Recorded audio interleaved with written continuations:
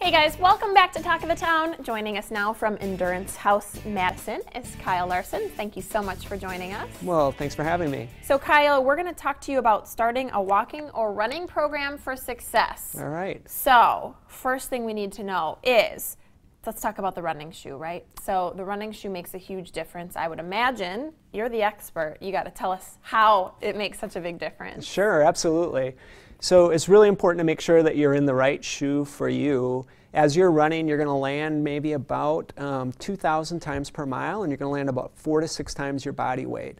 So making sure that you have the shoe that's designed for your style of running and the way that you land is going to be critically important.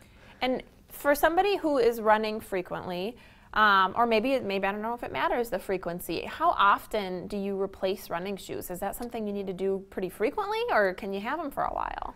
We get that question asked often, and if you kind of think about it, it has an expiration date just like milk does, just like cheese. Mm-hmm. So a running shoe, depending upon how you're going to use it, is going to be about 3 to 6 or 7 months, and then the midsole will break down. So you're just not going to have as much cushioning. For a lot of people, that's going to be about 300 to 500 miles that they're going to be able to get out of a running shoe. Okay, very interesting to find that out.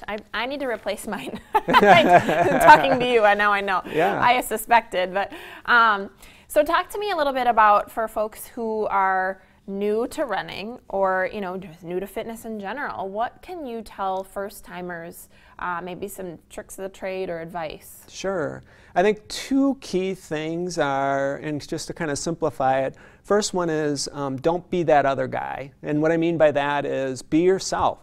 So we all know, have our own pace. We're going to have our own comfort level with whether we're walking or running.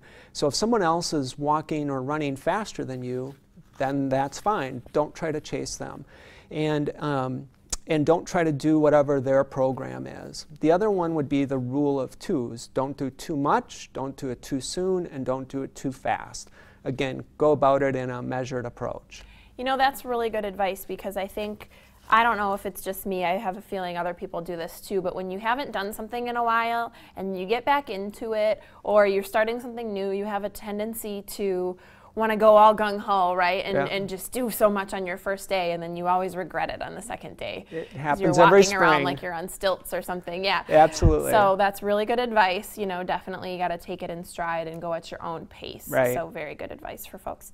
And we've talked a little bit about running and walking and all that kind of stuff, but what about other sports or other activities? What can you help viewers at home or myself or whomever with other things? Sure.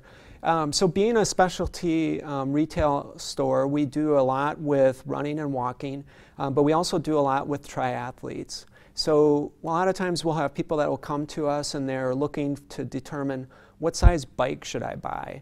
So we do a complimentary service called a bike size assessment, where somebody can come in and then we use a fit bike, and then we can dial in exactly what the size of the bike is that would be good for them. That's a complimentary service. We do other fittings as far as for triathletes, wetsuit fittings. And then we're always willing and able to talk with anybody that has any questions about running, walking, triathlon in general.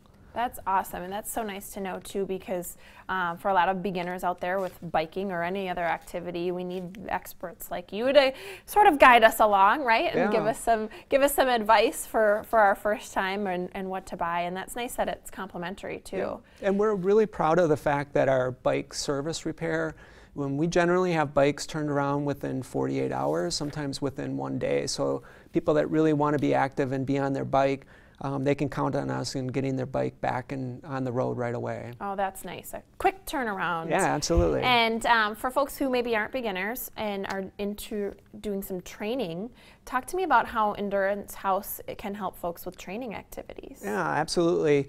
So we do have a number of training programs. To be honest with you, the 2 things that are the most popular for us are free, and they're open to everybody in the public. On Tuesday nights, we always have Tuesday Night Run, leaves at 6:30 from the store, and it's a real social activity.